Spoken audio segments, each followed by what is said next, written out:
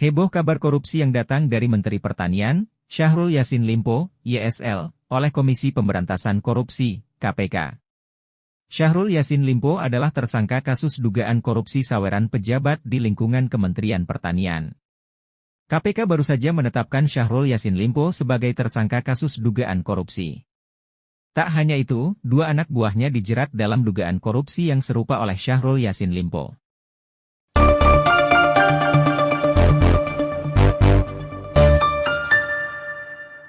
Ya, saudaraku semua dimanapun berada, berjumpa lagi dengan Om Ben, salam seger waras.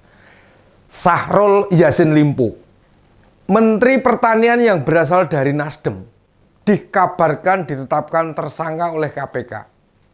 Usai rumahnya dan ruang kerjanya di Kementan diobok-obok lembaga anti rasuah ini.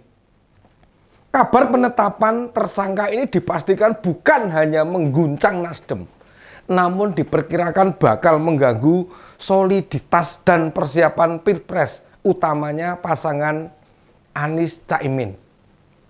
Mau diakui atau tidak, suka tidak suka, sulit membantah jika kabar itu hanya kabar bohong atau hoax. Bila ada yang bertanya nih, kenapa KPK belum juga mengumumkan? Ya karena Pak Menteri sedang kunjungan ke luar negeri. Kabar itu santer terdengar di kalangan wartawan yang bertugas di KPK. Kalau melihat seriusnya penggeledahan itu maupun hasil sitaan, hampir dipastikan status tersangka akan segera disandang mantan Gubernur Sulawesi Selatan tersebut. Pertanyaannya, dengan kondisi ini masih punya nyalikah mantan gubernur itu kembali ke tanah air atau mencari berbagai alasan untuk tetap tinggal berada di luar negeri? Meski kadernya berpotensi jadi tersangka, kita belum pernah mendengar respon dari Ketua Umum Nasdem, Pak Surya Paloh. Namun Bang Sahroni, salah satu petinggi Nasdem, meminta untuk masyarakat tetap sabar menunggu pernyataan resmi dari KPK. Dirinya menjamin bila Nasdem konsisten mendukung pemberantasan korupsi, makanya tidak ada kekhawatiran dengan proses penggeledahan tersebut. Jika Pak Syahrul positif jadi tersangka, diakui atau tidak, jadi beban berat langkah Capres Koalisi Perubahan untuk memenangkan kontestasi tahun depan. Masyarakat bakal menilai, ternyata pasangan Amin dibiayai oleh anggaran negara. Kita tidak bisa melarang seandainya ada yang berpendapat seperti itu. Dan penetapan tersangka ini jadi catatan buruk untuk Nasdem. Usai mantan sekjen mereka nih, Pak Joni G. Plate, terlebih dahulu jadi tersangka. Apakah publik masih percaya jargon Pak Surya Paloh bila Nasdem ini mengusung restorasi Indonesia? Bagaimana mau merestorasi kalau perangkat Nasdem yang menggerakkan visi restorasi justru menciderai perbaikan Indonesia? Nih sulitnya Pak Syahrul lepas dari jeratan KPK. Melihat betapa ada beberapa hal yang pantas jadi kecurigaan. Waktu proses penggeledahan, lembaga anti suap itu butuh waktu 20 jam. Loh, 20 jam ini untuk menyisir itu. Memverifikasi, mencari bukti-bukti terjadinya dugaan korupsi di rumah Pak Syahrul Yassin hingga 20 jam lamanya.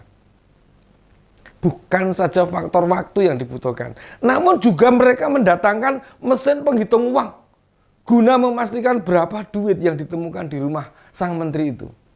Diperkirakan ada puluhan miliar rupiah loh duit di sana. Baik dalam bentuk dolar maupun rupiah. Temuan ini membuat kita geram, bikin masyarakat marah dan menilai. Sebenarnya Pak Surya sejatinya mendirikan partai untuk ikut berkontribusi memperbaiki negara atau malah jadi bagian merusak negara. Bagaimana bisa duit puluhan miliar ada di rumah menteri? Padahal beberapa waktu sebelumnya Pak Syahrul pernah diperiksa di KPK. Dan kita yakin betul dia harusnya makin waspada. Ya, setidaknya nih, usai dipanggil KPK dulu itu, Singkirkanlah uang-uang itu semua. Kenapa masih ada di sana? Dan yang ditemukan KPK tidak hanya duit, juga ada 12 senjata di rumah dinas petinggi Nasdem tersebut.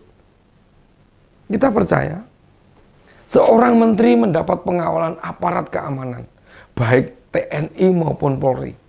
Tapi mereka ditugaskan mengawal Pak Menteri.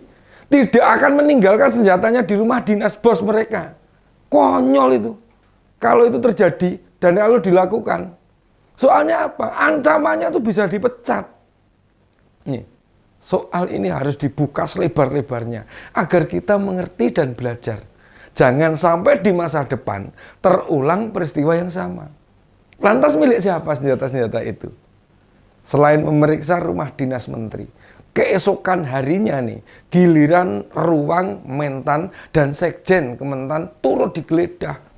Waktu yang dibutuhkan pun termasuk panjang loh, sampai 12 jam kok. Ini menandakan proses penggeledahan menemukan titik terang. Dan menelusuri nih keterkaitan pada beberapa hal.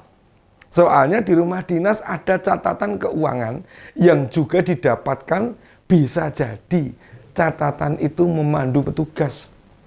Sekaligus loh mengkonfirmasi atau mengkonfrontir dengan orang atau data lainnya. Di sisi lain, Presiden waktu Rakernas PDIP kemarin berpesan kepada capres yang diusung PDIP, Pak Ganjar Pranowo, agar fokus dan segera menangani tentang ketahanan pangan. Ini mengindikasikan kalau Presiden tahu pembantunya terjerat masalah. Jadi yang terancam kasus ini bukan hanya Pak Syahrul Yassin Limpo sendirian. Pasangan Anies Caimin, namun Partai Nasdem benar-benar dipertaruhkan masa depannya. Bagaimana pemilu tinggal 5 bulan lagi? Apakah cukup waktu bagi Nasdem untuk memulihkan nama baik partai? Ditambah 2 kadernya terjerat korupsi secara beriringan. Bagi PKB dan PKS harus berpikir ulang itu. Atau bila perlu tuh, mengevaluasi akankah tetap mendaftarkan pasangan Amin ke KPU atau pilih angkat kaki dan bergabung dengan koalisi lain. Nih, terkuaknya dugaan korupsi di Kementan bakal makin membebani 2 partai ini serta diprediksi akan menurunkan kredibilitas mereka. Kalau Pak Anies tidak begitu dirugikan, sebab apa? Beliau ini individu, tidak membawa gerbong apapun. Sementara PKS dan PKB bersedia berkoalisi, harapannya menambah suara di pemilu. Mereka perlu menimbang, mengkalkulasi, menghitung dengan cermat ekses yang bisa timbul. Tentu kabar inilah membahagiakan Demokrat yang sudah angkat kaki lebih dulu nih dari koalisi perubahan itu. Nah, inilah hikmah yang bisa mereka dapat. Hikmah dikhianati kawan seiring seperjuangan.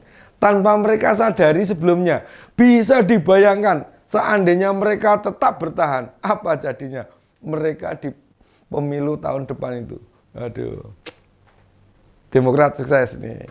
Kini beban berat benar-benar menggayut nih di kepala Pak Surya Paloh. Pak Surya Paloh ini pusing 7 keliling ini. Mempertahankan koalisi perubahan atau membubarkannya tidak akan menolong Nasdem. Tidak akan membantu partai mereka menaikkan jumlah pemilih. Untuk Pak Syahrul yang sedang berada di Itali, segeralah Pak, kondur, pulang. Hadapi semua yang ada di tanah air ini Pak. Bila memang tidak melakukan tindakan korupsi, tidak perlu Bapak takut. Hadapi mereka dengan gagah. Tunjukkan, buktikan, bukan Anda yang merampok duit negara. Namun jika memang benar, akui saja. Tidak perlu banyak dalih. Tidak usah banyak alasan. Apalagi memakai senjata dikriminalisasi. Jangan seperti Mas Arsya Subaringrum.